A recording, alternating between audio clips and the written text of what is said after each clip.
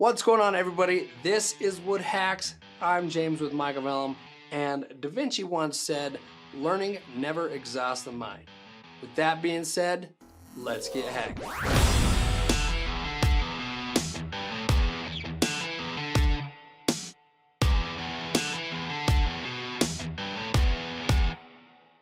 All right, I hope y'all are doing well and staying sharp, but if you're not quite doing the latter, this episode's for you. Continuous learning is something I'm very adamant about. I know there's still a ton that I can and want to learn.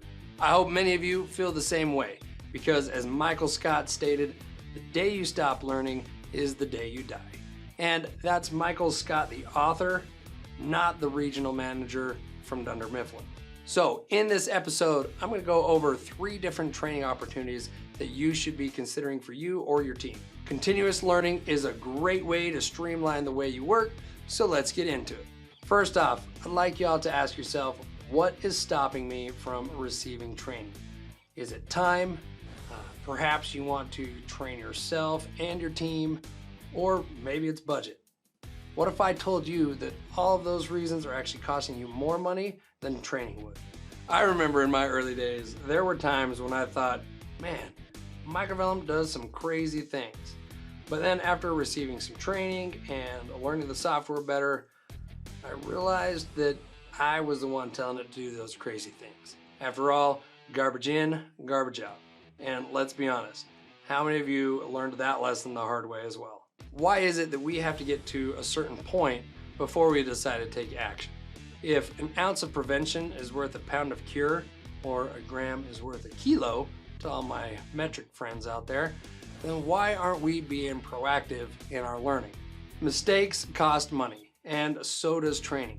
But training and learning can prevent mistakes. And I don't know about you, but I don't have the time nor the money to do things twice. Here are a few different training opportunities for you to consider.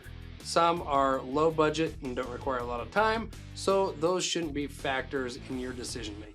The first type of training opportunity, and one that I really enjoy, is lunch and learns.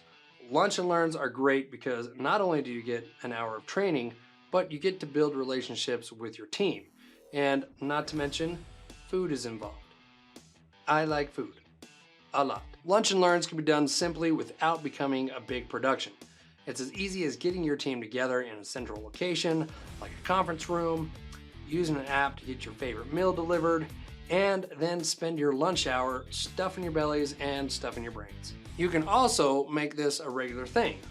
Once a month, once a quarter, whatever. This is probably the lowest cost option to take advantage of. The second type of training opportunity is block training. Now these are great for an individual or a team. Schedule a block of time, usually 2 to 3 hours, either on a specific topic or a couple. And these are definitely more targeted and direct when you drive and one of our service providers guides you. More hands-on, more direct, more beneficial, and still relatively low budget. Another great option is on-site training. Now this is high on the budget, but it's the best bang for your buck. At least it was in our experience. Once a year, we would budget for a service provider to come on-site and provide some in-depth training.